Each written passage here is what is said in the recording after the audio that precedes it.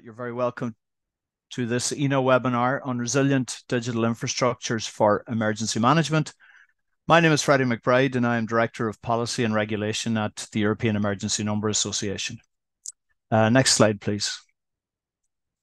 So a couple of housekeeping matters before we get started. Firstly, the webinar will be recorded. You probably heard the prompt there a second ago. The recording will be available on eno.org/webinars in due course. Secondly, as we are using the Zoom platform, we have live captions and they are available in several languages. So English captions are automatically activated, but if you would like to see the captions in a different language, click on the arrow as shown. Under Translate To, you will find a list of languages that are supported. Next slide, please. So a cutting-edge digital network infrastructure provides the foundation for a flourishing digital economy and society. And we know that secure and sustainable digital infrastructure is one of the 4 cardinal points of the EU's Digital Decade Policy Programme for 2030. And this is one of the main priorities of the European Commission. We need robust and resilient infrastructure to ensure public safety in times of disaster. And even in Europe, we have seen an increasing number of natural disasters in recent years, such as floods and forest fires. And this, in addition to the unstable geopolitical situation we have on Europe's borders, highlight the need for resilient infrastructure in Europe to protect the population. Today, we'll explore the critical role of secure and resilient digital infrastructure in facilitating early warnings and enhancing real-time situational awareness to save lives and reduce the very broad societal and economic impacts caused by disaster situations. Next slide, please. So with that, I would like to introduce our presenters for today's webinar. I'm delighted to be joined by Vanessa Gray, Head of Emergency Telecommunications at the International Telecommunications Union, the ITU, by Christian Maitre, Chief Executive Officer of Caspera Lab and former Vice President at Orange Group, and by Charlotte Thomas, Product Marketing Director at Intersec. At this point, I'd just like to remind the participants that as the presentations unfold, you may put any questions or comments you have on the presented material in the Q&A window, and we'll come back to that later in the webinar. Also, please indicate who your question is directed to, whether it's to Christian, Vanessa, or Charlotte. If it's general, you can just say general question to all. So first up is Christian, who will present on the Catalyst Group's Virtual Command Center project. Christian, the floor is yours. Thank you, Freddie, and good afternoon, everyone. So I'm very glad to be with you today, really to present something that we have built since a couple of years. So that maybe on the next slide, the first slide of my first presentation is really talking about something that really resonate with what Freddie was talking before, resilient infrastructure for the tech for good. So a couple of buzzwords on this, a couple of things I need to describe before. So maybe first, as Freddie said, I'm CEO of a company which is a transformation advisory company over the world. Before that, I was VP for Smart Cities in Orange Group, and I was working with the TM Forum to develop a couple of different types of architectures and structures. And let's talk a little about what is a TM Forum. So TM Forum is very important in this kind of context. TM Forum is an association of telecom management that aims to standardize every single architecture to be able to be interoperable between the different countries, between the different operators, and also have a goal to be a very resilient standard in terms of networks, telecom networks, public telecom networks or private networks. So TM Forum is something about 1,000 members today over the world, mainly all the main operators like Vodafone, Telefonica, AT&T, and many others, but also a lot of people like consulting companies, advisory companies, big groups like also Amazon, AWS, Google, Microsoft, and many others. So today the activities are three main topics. One, as I said, standardize the infrastructures for networks. And second is to develop some events to promote this kind of standardizations and propose to use these assets for all the different actors of the telecom networks. And the last one is really to create innovation project, what we call catalysts. So that project, VC has a service, so Virtual Command Center as a service, is a catalyst. We started a couple of years ago, 5 years ago, by the way, and to develop explanations and usage on top of autonomous networks. Again, I need to explain autonomous networks. Today, networks are more or less resilient, but when we have problems, we need to have human interventions to develop the mitigation or to fix or to move or to change part of the network. So the goal of that autonomous network standard is really to obtain an automatic resolution of problems so that there are no outage in the networks. So that's very important in this kind of, let's say, disaster or problem when we have some, let's say, energy cuts or lines or whatever, tower destructions. We need to get somewhere a network that is self-healing, self-reconfiguring, and that's the objective of the autonomous network project, is to develop this kind of thing. So we decided 5 years ago to develop a lot of examples on top of this project to use smart education, smart farming, smart cities, and also today, I mean this year in 2024, to go to the Tech for Good subject to illustrate how an autonomous network can help disaster either prediction or mitigation thanks to a different technologies I will explain.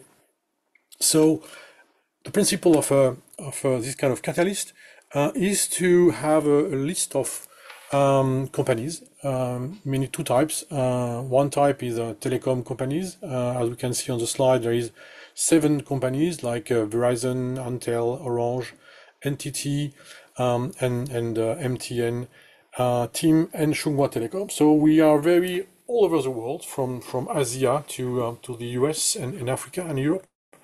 And also another type of partners, which are the technical partners, which are giving us the assets of the technology to develop the solution. So 14 people, 14 companies, it means lots of people working on that since 5 years now, to develop that concept of virtual command center as a service. So some word interesting in this one, it is virtual, so it's somewhere based on a cloud system as a service, so it can be mutualized, it can be virtualized again to many kind of context. It is possible for that kind of tech for good. It also, as we described last year, be used by, let's say, industry critical missions, like in pharmaceutical or energy plants and so on. So it means that it is a system that can scale up in terms of management and can be connected to everything in the world to be able to definitely help predict, if we can, and also let's say mitigate or resolve some kind of problems in the kind of disaster. On the next slide, I will have a more description of the challenge we try to focus on this year. Challenge was really to mitigate risk on that subject, which is disaster recovery or disaster prediction. So the challenge for us as telecom actors was to go much beyond than only connectivity, but also to try to figure out a system that is able to predict a risk and also to mitigate that risk. So let's talk about first technology. It's AI. AI is everywhere today, or will be everywhere in a short, everywhere. You have two things in the AI. You have predictions with machine learning, deep learning, and you have the today Gen AI are used to interact with the system. So very shortly, this VCC as a service aim to first predict possible disaster thanks to data collection we have from every system that is connected to VCC as a service, and to understand patterns that can drive to some kind of, let's say, disaster or strong event, like earthquake, floods. It can be also about, let's say, crowd movements or terrorism attacks, because of some patterns are really remarkable on this context. Prediction.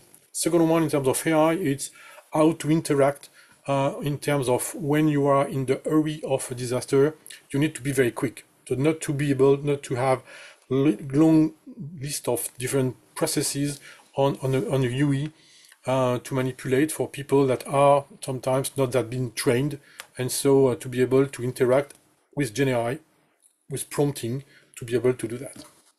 So easy manipulation, easy interface with the context, with the system. Second technology we use is digital twin, or I should say digital twins. So we have implemented digital twin for the geographical, so to understand the geography of an area with forests, with cities, with offices, building, houses, and so on, but also digital twin for processes. A field intervention team has processes, and it can be, let's say, modelized on a digital twin to be able to focus on exactly what he has to do at that moment for this case, and then to be changed, updated because of the event. And so we are able to really have the clear understanding of what to do now in that moment to be optimized. Lots of digital twin we use to organize the situations. Of course, GIS, and of course also location intelligence, on top of autonomous networks, which are a long list of things. I will not describe it, it will be too long, that are really here to self-heal, self-scale, self-change, self-anything, to be able to be always 24/7, no outage possible. So I will be very brief on the challenge. Climate change means more problems are appearing everywhere. So we need to be more resilient, we need to be more optimized, quicker on every single case. And that system, VCC as a service, really aims to do that. Resiliency, optimization, prediction also, and speed of intervention.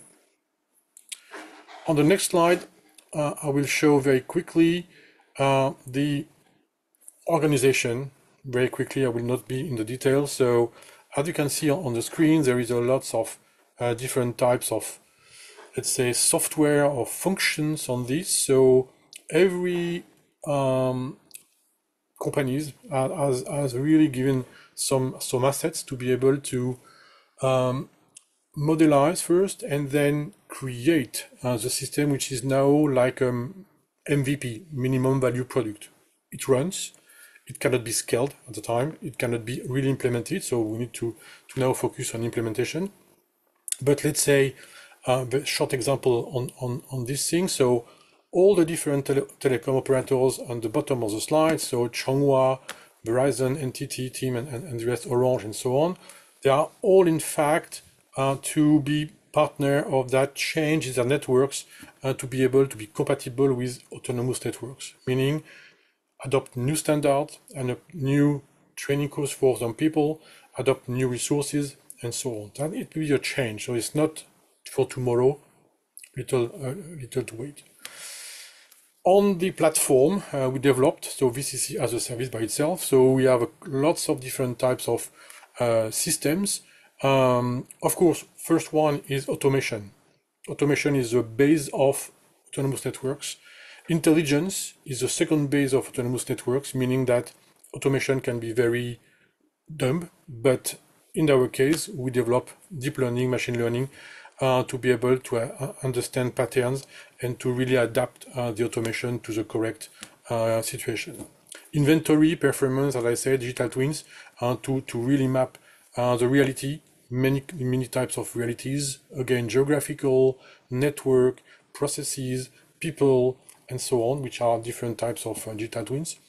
And also interpreters, intent interpreters, which means that, as I told, it's sometimes too difficult in the area of a system that is used for disaster recovery, to have a GUI, a system that is very robust but complex. So the goal was to say, please give me the information about this area. We have all the mapping of that area. Please give me the way to develop a recovery on this area for that kind of process. And the system give us the list of things to do, and then we can say, please do it, and so on. That's very easy. That's something that can be quite interesting. And the correlation engine means the central intelligence of the system that makes everything run together correctly.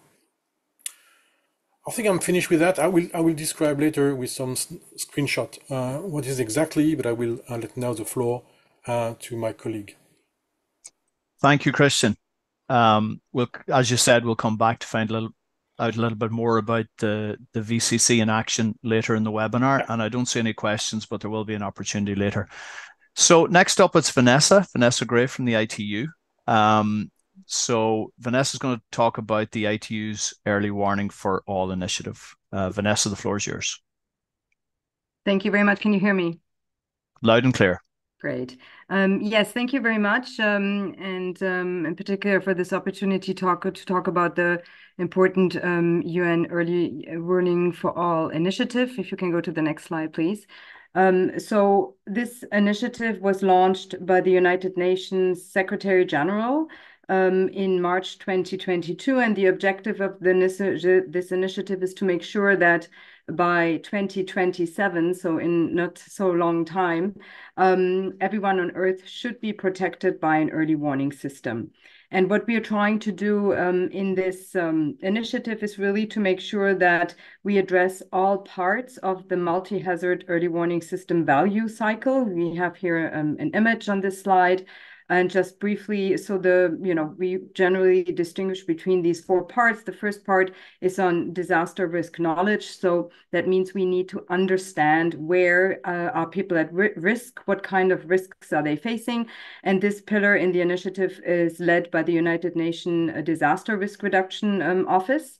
The second pillar, which I think very often is sort of seen a bit as the core of early warning systems, is about observations, monitoring, analysis, and forecasting. So what kind of hazards are we facing? Where are they happening? When will they happen? And this is led by the World Meteorological Organization in the initiative, WMO.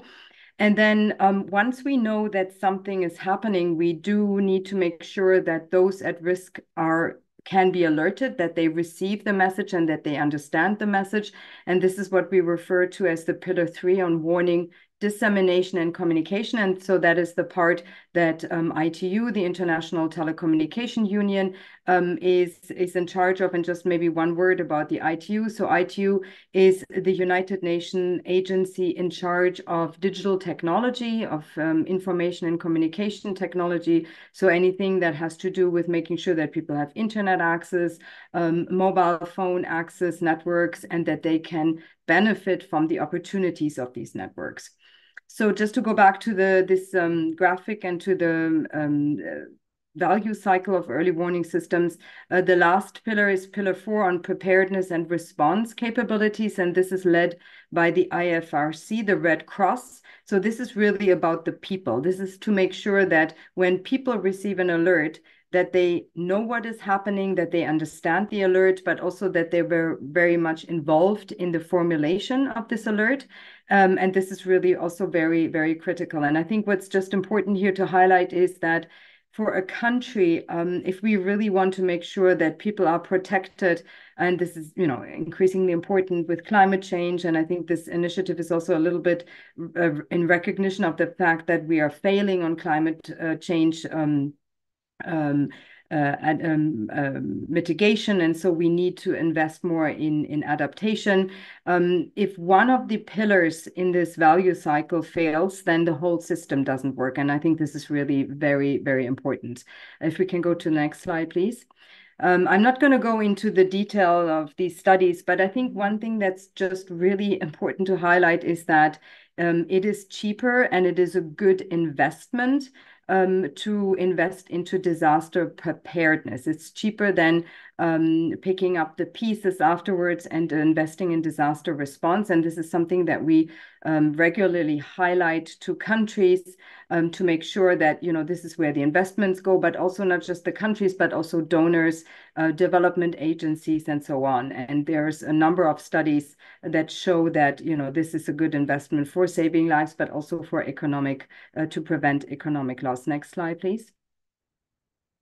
So when we what's important, I said before that our role is to make sure that once we know something's happening, that the people, the communities at risk receive an alert.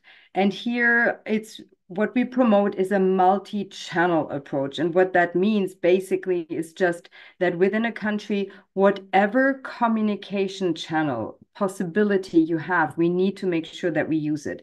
This is radios, this is televisions.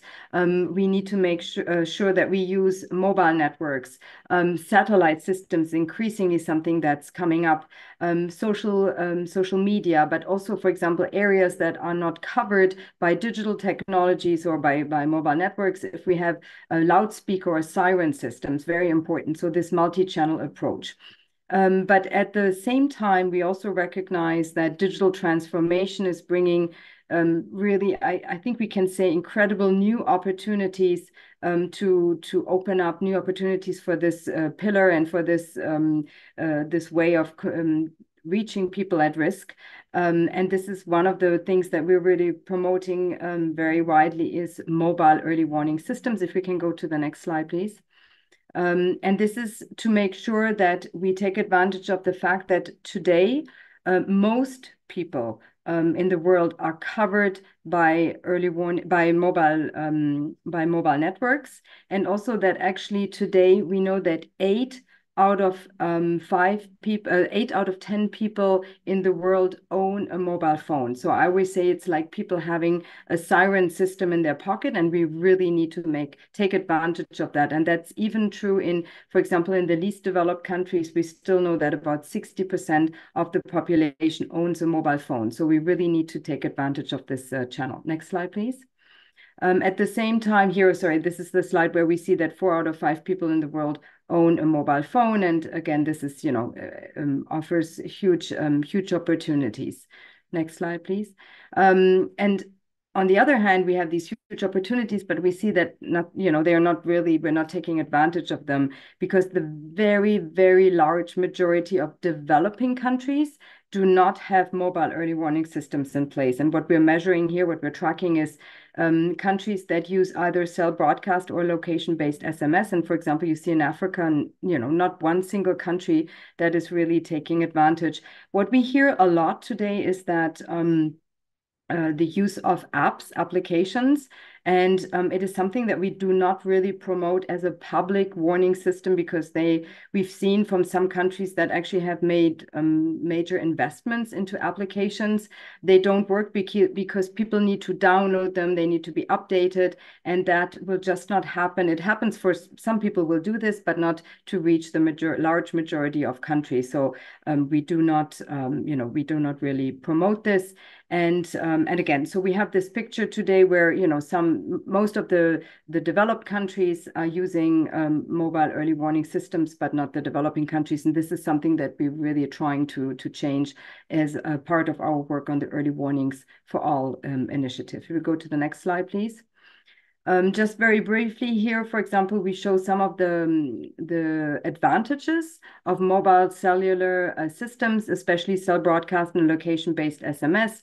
What's the real advantage with these technologies is that they are geolocated. So an alert is sent only to an at-risk area. So you can really delimitate and send messages to people within this at-risk area, which is great. Also, there's no the opt-in challenges are limited. This is what I was just referring to with regards to the app. For example, with Cell Broadcast, you will receive the message on your phone, whether you don't need to subscribe and you can't even opt out. And we believe that for major disasters, this is this is the way really the way to go. It's also both technologies are compatible, actually location-based SMS compatible with all devices, and cell broadcast is compatible with most devices. The advantage of cell broadcast, and that's also why we promote it in many countries, is that there is no risk of congestion. You can send millions of cell broadcast messages within a very short time period without this risk.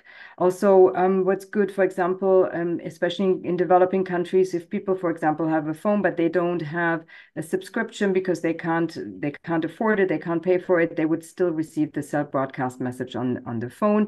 Also, both technologies, cell broadcast and location-based SMS, support multi-language alerts. So for example, if your phone is usually, you use it in French and you're in an English-speaking country, that where a message is sent, you can receive the alert in your own language. This is also, again, very useful, for example, for SIDS, the small island developing states where we have a lot of tourism and that are very often at high risk of disasters. So these are basically, the key advantages of cell broadcast and location-based SMS. If we go to the next slide, please. This is just a background paper for information if someone would like to download this, where we explain sort of our approach and why we're promoting these technologies. One last point maybe is also on regulation. Some countries have decided to regulate this. In Europe, for example, it is mandatory for governments to be able to reach the very large percentage of their population over mobile networks. And this is also something what we promote.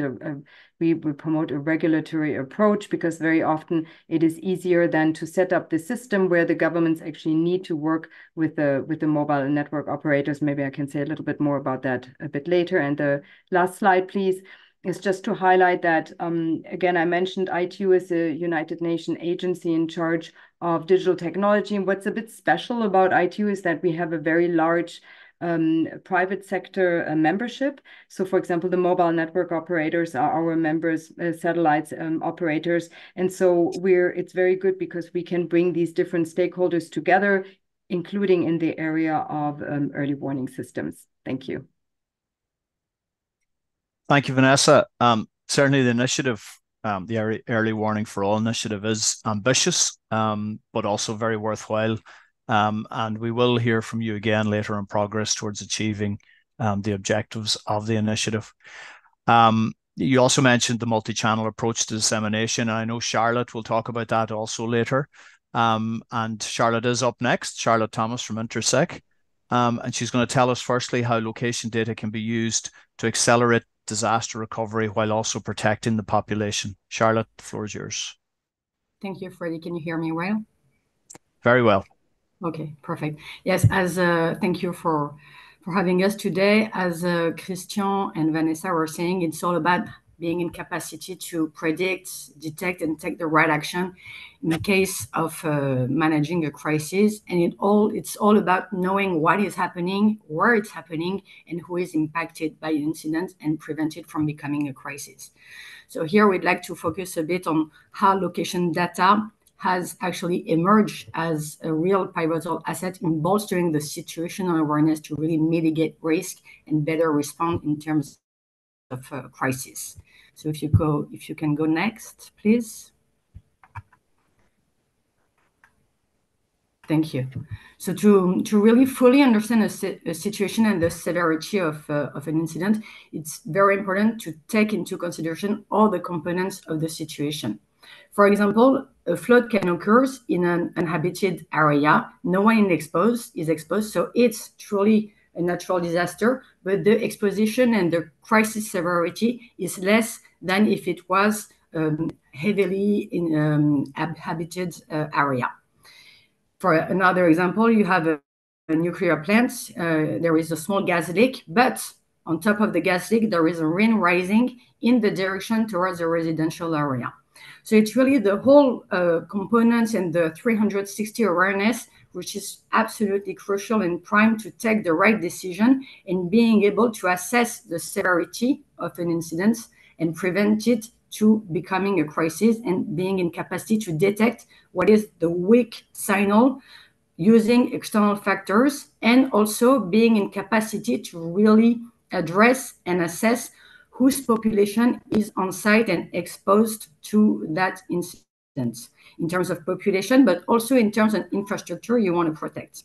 So with all the diversity of data sources we have, mixing statistics and real-time flows, there is one absolute common factor we have. It is all about the location. So if you can go next, Ellen, please.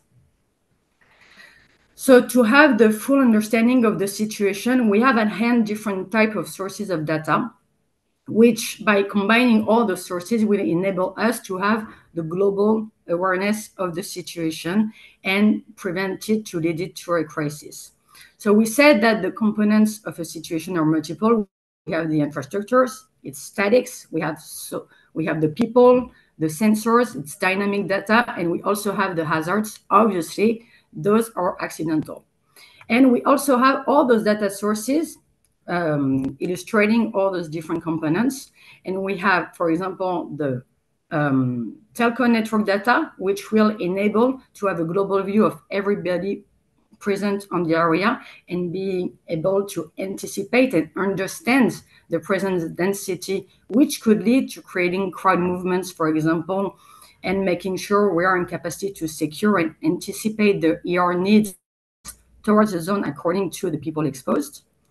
We have the closed source data coming from external systems or IoT sensors, bringing some weather alerts, information on the IoT sensors we have, and also the open data, which will enable also to detect incidents. For example, if you have a high rise of comments on social networks, on hazards happening, or even incidents coming from the communities, you want to take that into consideration to really have the full knowledge. And with having all those different sources at hand, that enabled to have some evidence-based decision making, which will trigger faster emergency response and enhance the collaboration between the team and their ability to be dispatched and follow orders in a very contextualized way in order to be much more efficient. For example, just to have an illustration, if we have a major flood event, open data will give the rise of comments on Twitter in the location, and also we have the weather predictions, for example, including with the wind directions and insights on the evolution of the hazards. And on top of that, we'll use the location data from all the mobile devices to tell authorities where there are people in need in unidentified areas. And on top of this, adding the GIS data coming from the infrastructure to enlighten how we can plan the evacuation routes and place emergency shelters according to the population, the hazards, and the capacity to reach such shelters. If you can move a bit more, Helen, please, next slide. Thank you. I'd like to focus here on the network location data coming from the telcos, as Christian has expressed, what we've been working through the TM forum. Network location data basically provides the reliable and complete view of all mobile equipped persons on the territory. So using that network location data for public warning systems, we can have tremendous benefits. First, it's real time. So the fact that it's immediately available is really critical for detecting and understanding also with high accuracy who is exposed or incapacity to respond. So we have the mass view of the population exposed and who you need to alert and warn, as Vanessa was saying, using the different mobile channels that are available. But also we have the individual location information to be in capacity to share a comment and an order to a team, an ER team, to come and rescue and take action and help and support the exposed populations and the victims. And that individual information can also be of use to locate precisely an isolated victim, people in need who needs additional support. And And also using all those information, we're in capacity to target precisely which people need to be alerted and how. And that reduces the unnecessary panic we could have by being less precise in the dissemination of the alerts, by giving some high severity alerts to people who might be exposed in a few hours, but just need some warning message rather than a high alert, for example. And the authorities are in capacity to really view and follow the evolution, the kinetics of the crisis on the field, and adjust and streamline their response with the real context of what is happening. If you can go next, please, Helen. Yes, the point here, we talk a lot about the data. So we have open data, closed source data, telco data. The big challenge here is that when you have too much data, it's just becoming useless and it's a nightmare and it cannot be properly managed. So to make sure it is not becoming overwhelming for the users and they are still in capacity to derive meaningful information from all those data made available, we need to apply AI, not to lead to any confusion or delayed responses or misinformed decisions. So we need to provide a comprehensive and real-time display of all the critical data and add insights on that. For example, if I have access to the population presence on the area, using data, we are in capacity to simulate the right evacuation path. Which road should they take? Do most of people did arrive by car and are going to exit and evacuate by car also or by feet? Who needs specific assistance?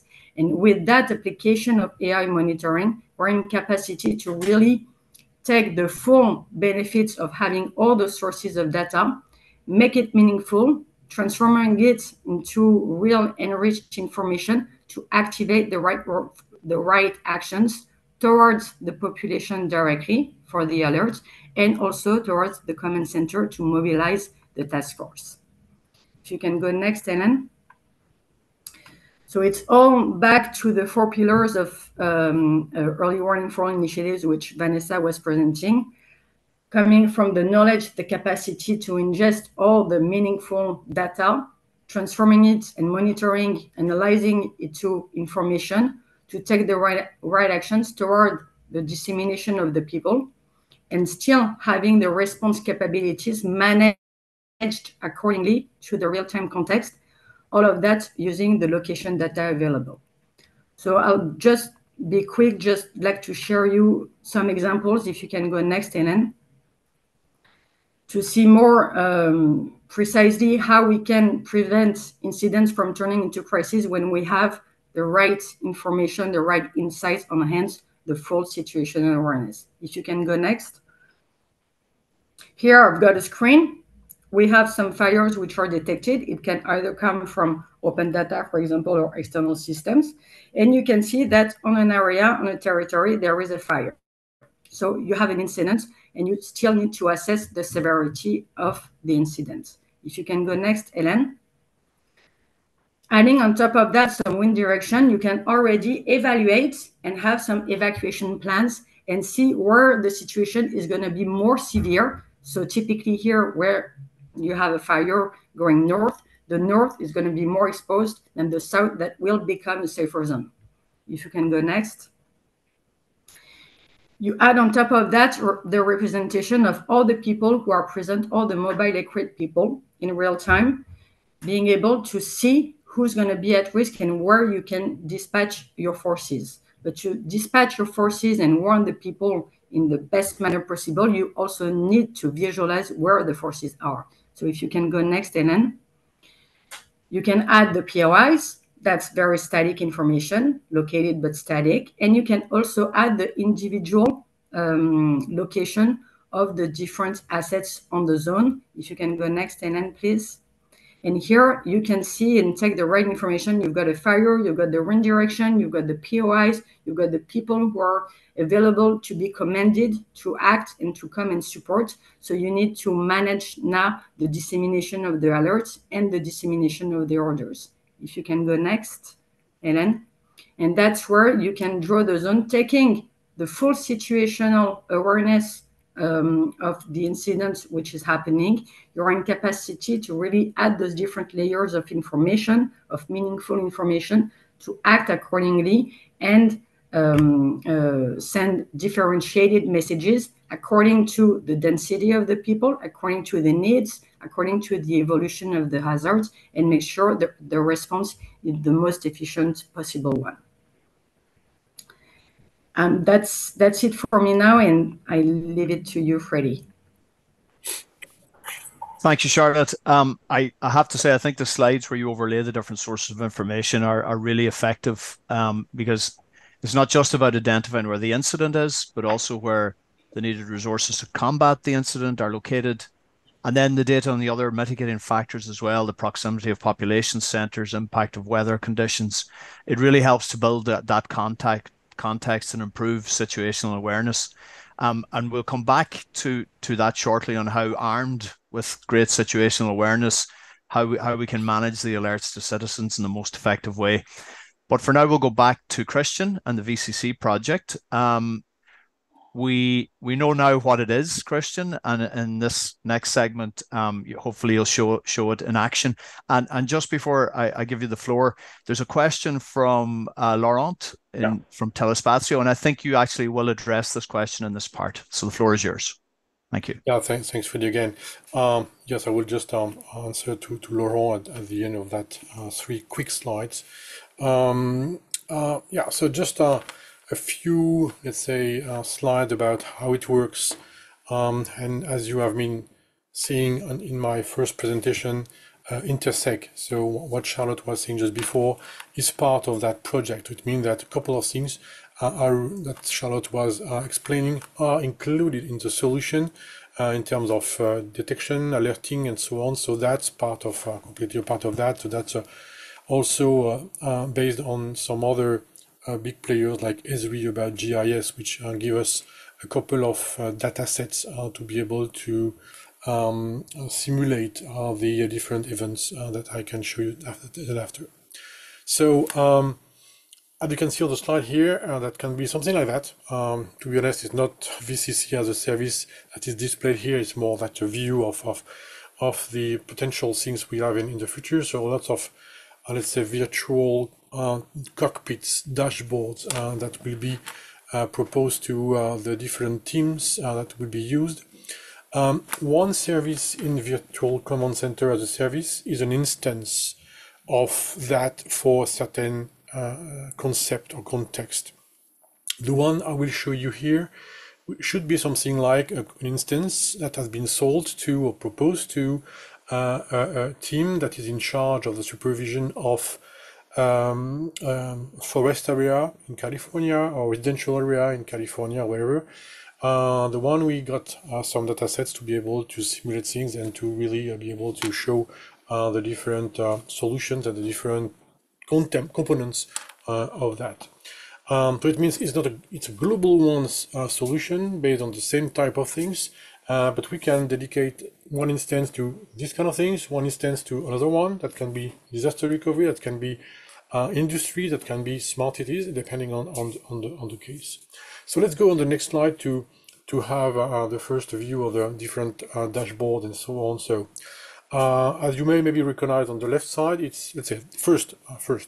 The case is a fire detection, a fire, forest fire in California 2 years ago. And this is some kind of simulation of what can be done with this. So on the left side, it's something like what we saw before with Charlotte.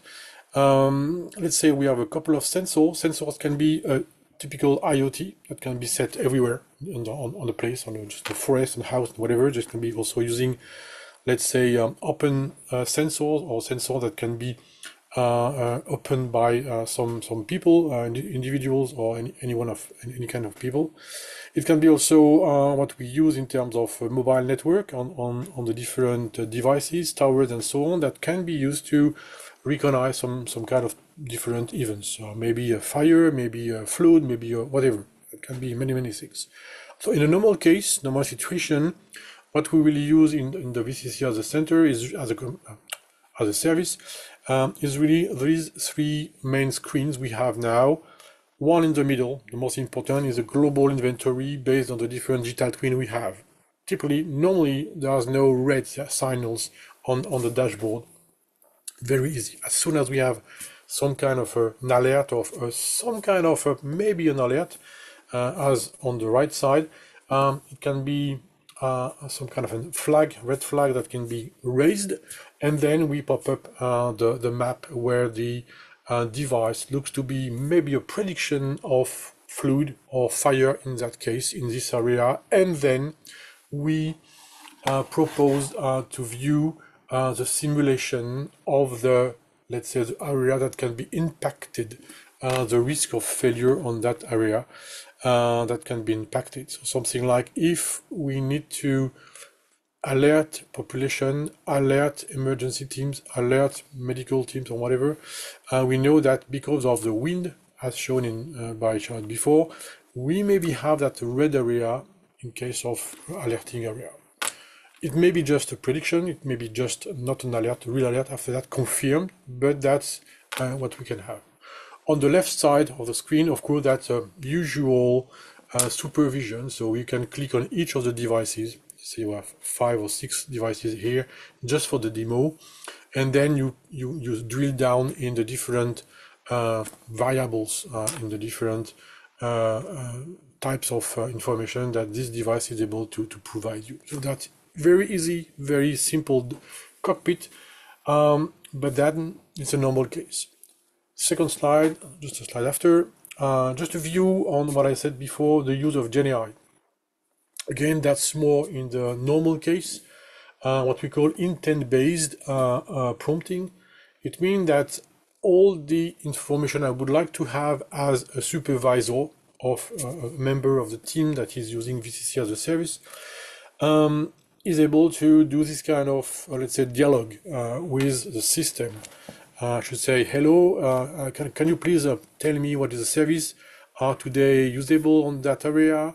Is there any problem? And the system can answer, yes, the service is okay, but maybe you can route differently on that, or maybe you can have some information about this sensor looks to have a problem or anything like that. Just very, very human interface that has been tested by the entity teams in many cases today. That's their own prompting system today for operations. That intent goes to the system, which is developed by Ubicube, which is all the central engine of the system where all the services, the very technical services, are run to be able to scale up bandwidth or add a new pop-up network in case of this network is destroyed because of the fire. And that's where we supervise everything. So from the dashboard on the first slide, somewhere it can be something like, please check these services are okay. That's all. Normally everything should be running okay.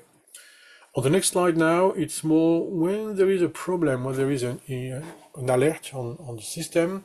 So coming from the right to the left, yeah, very, very obvious on that.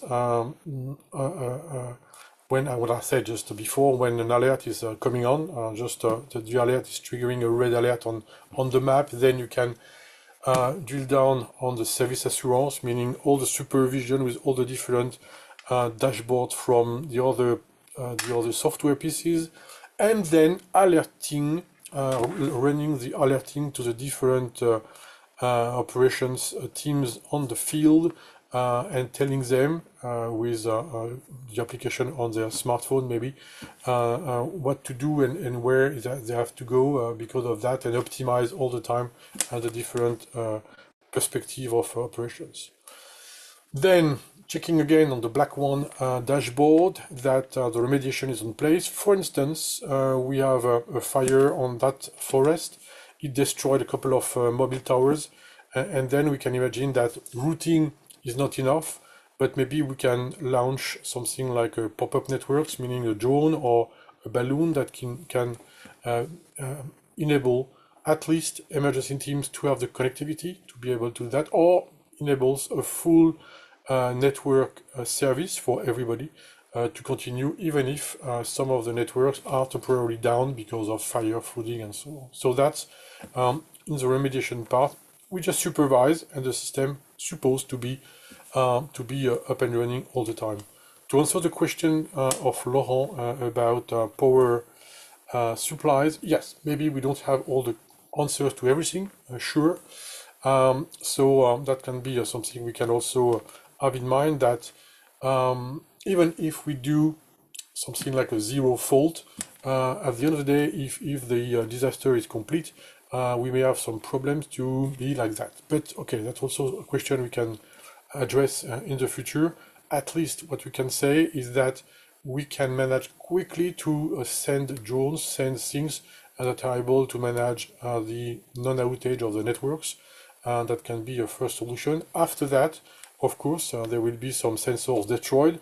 So it means that we also have to have all the types of sensors, maybe on a satellite view, maybe on a drone view again, to be able to address some kind of new supervision of that. And I already told about the first one on the left side, which is more, okay, prediction that can be going to a positive or negative prediction. That also can be maybe the best one solution to everything, which is to predict the risk before it appears. And that's one of the key subjects we are trying to work on. Thanks to a global perspective of virtual command center as a service, we will have a lots of data coming from everywhere, and to understand all the different patterns for all the different context, and discovering maybe good patterns to say, okay, it's the same pattern as last time. Last time we had have a flood because of that kind of cloud, this kind of tornadoes, this kind of things. Maybe we can have to alert population because the risk is big, is 95% okay. So please alert them just a lot of time before it has to be done on the usual way. Thanks to the global data, big data things, and AI crunching everything from the worldwide position of the VCC as a service. Okay, thanks, Christian. We're going to have to speed it up a little bit now. Yeah, thanks for that. And just finishing with that, just a promotion for the team, including Intersec. Last week, we have been awarded by the industry, the telco industry, for the vision of a beyond connectivity service. And so just need again to thank Charlotte and Charlotte, the other one, and thank you also, Freddy, for that proposition to be here with you. Thanks, Christian. And on the next slide, I think we mentioned the award again, and congratulations. That's fantastic achievement. Okay, we go back to Vanessa now, and I suppose the big question, Vanessa, is: are we on target to meet the UN's goal of early warning for all by 2027? And what projects, if you like, are underway to achieve that? Thank you. Thank you. Yes, I think, I mean, it's a pretty ambitious target. 2027 is, almost just around the corner. So I think we can say that we will not be able to make sure that every person on Earth is protected by an early warning system by then. By the way, within the initiative, there's already some discussion to see whether 2027 could be seen as a milestone, but not as an end date, because I think there's still a lot of work to do. So just a few words about concretely, how we're working. So again, we promote a multi-channel approach, focusing on mobile early warning systems, especially cell broadcast. And what we do is, one of the major things really is to raise awareness about the availability of these technologies, about the opportunities of digital. And this is something really important because a lot of countries simply do not know about these systems, that they're available, how much they cost. And then what we really focus on is to make sure that governments work with the mobile network operators, because cell broadcast is something that is sent over mobile network operators, their networks. And we always highlight that mobile network operators have invested billions over the last few years because, they're reaching, that's a business model, they're reaching their customers. But it is now time really for governments to use these networks in times of emergencies to reach populations at risk. So we bring together these stakeholders. We work very closely with the GSMA, which is the Association of Mobile Network Operators. Then within the countries, we provide technical assistance. First of all, we do sort of a gap analysis. And this is, again, we do this together with the countries that we support to see, what is available at the moment, what is not available, where are the gaps. Then we prepare a roadmap. So what are the next steps? Where are we focusing on? We look at bring together stakeholders and then do an assessment, a technical document on, for example, if countries say, okay, we want to look into cell broadcast, how does this work? Technically, how does it work? What is an approximate cost? We can support countries also with bidding documents to make sure that, the system that gets implemented. But then, of course, we also need the financing of these systems. And this is also something where we support. We work with multilateral development agencies, donors, with other governments. We have already some funding from some existing projects and from countries to support specific countries. And we work very closely, for example, also with the World Bank or with UNDP.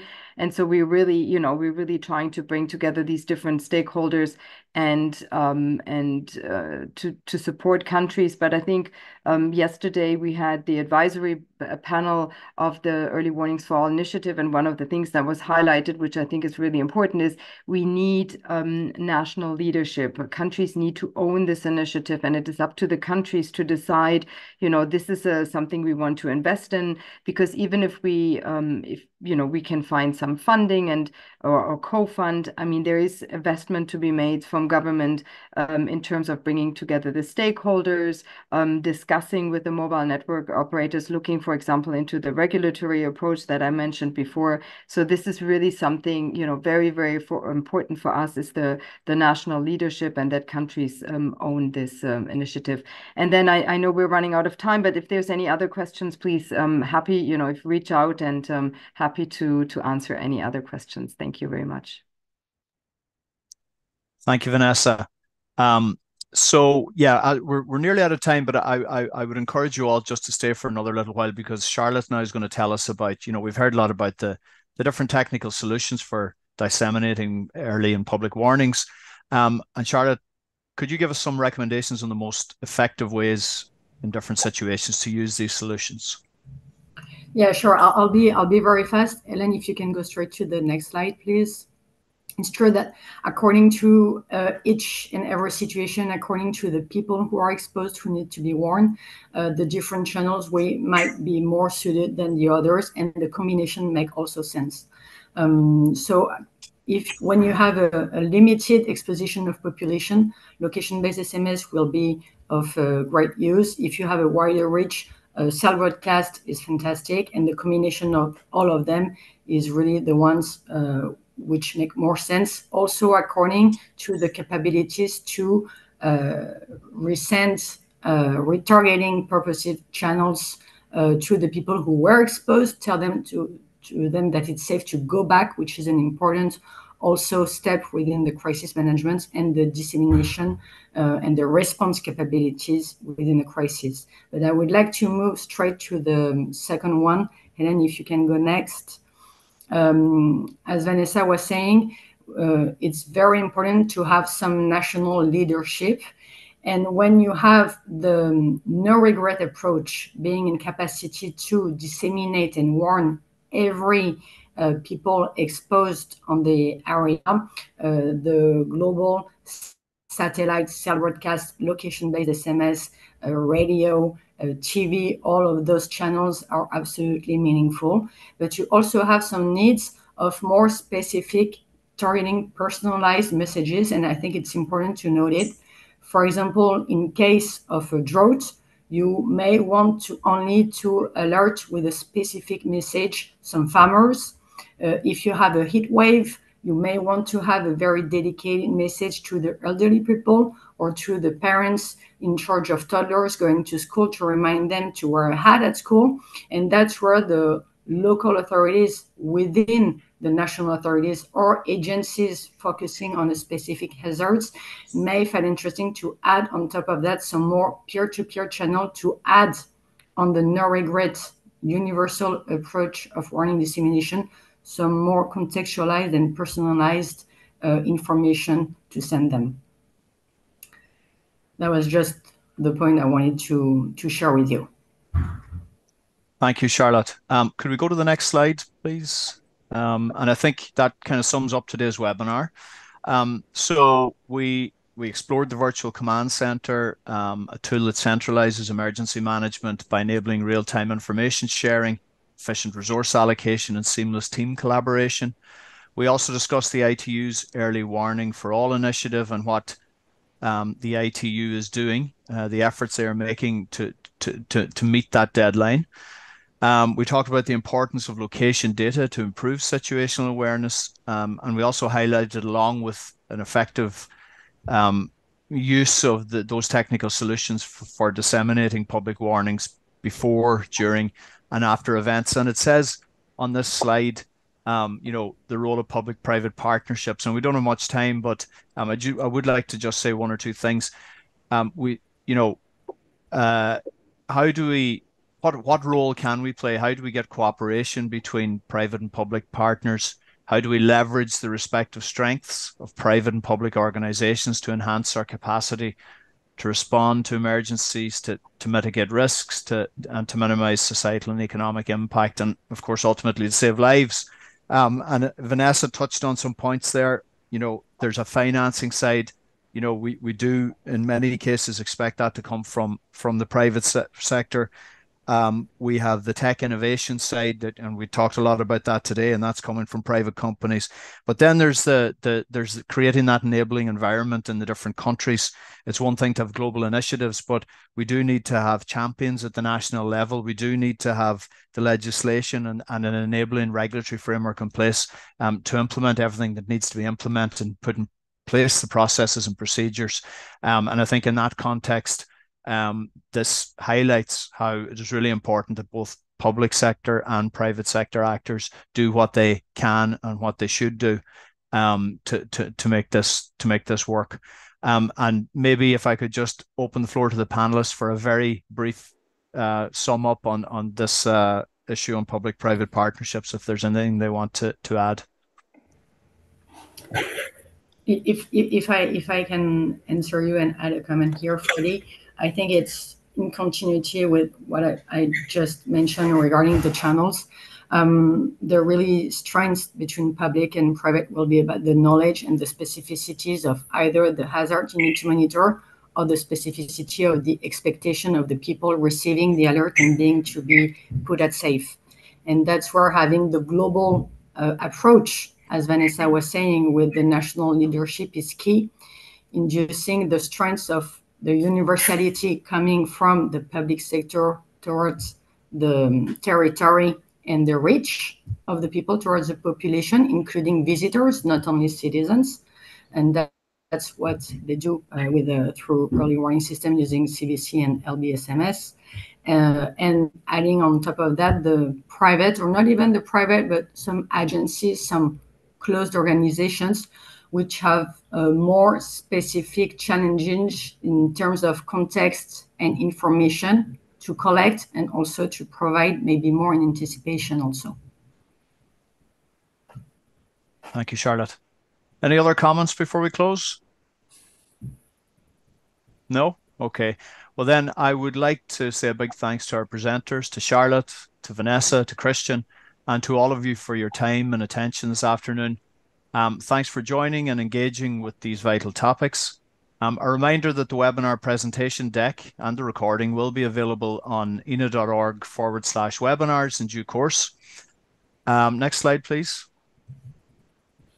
Our next webinar will be on enhancing emergency communications routing and location transmission reliability with SIP PIDFlow. That's a mouthful, but it's an important subject. And that webinar takes place on the 10th of September at 2 p.m.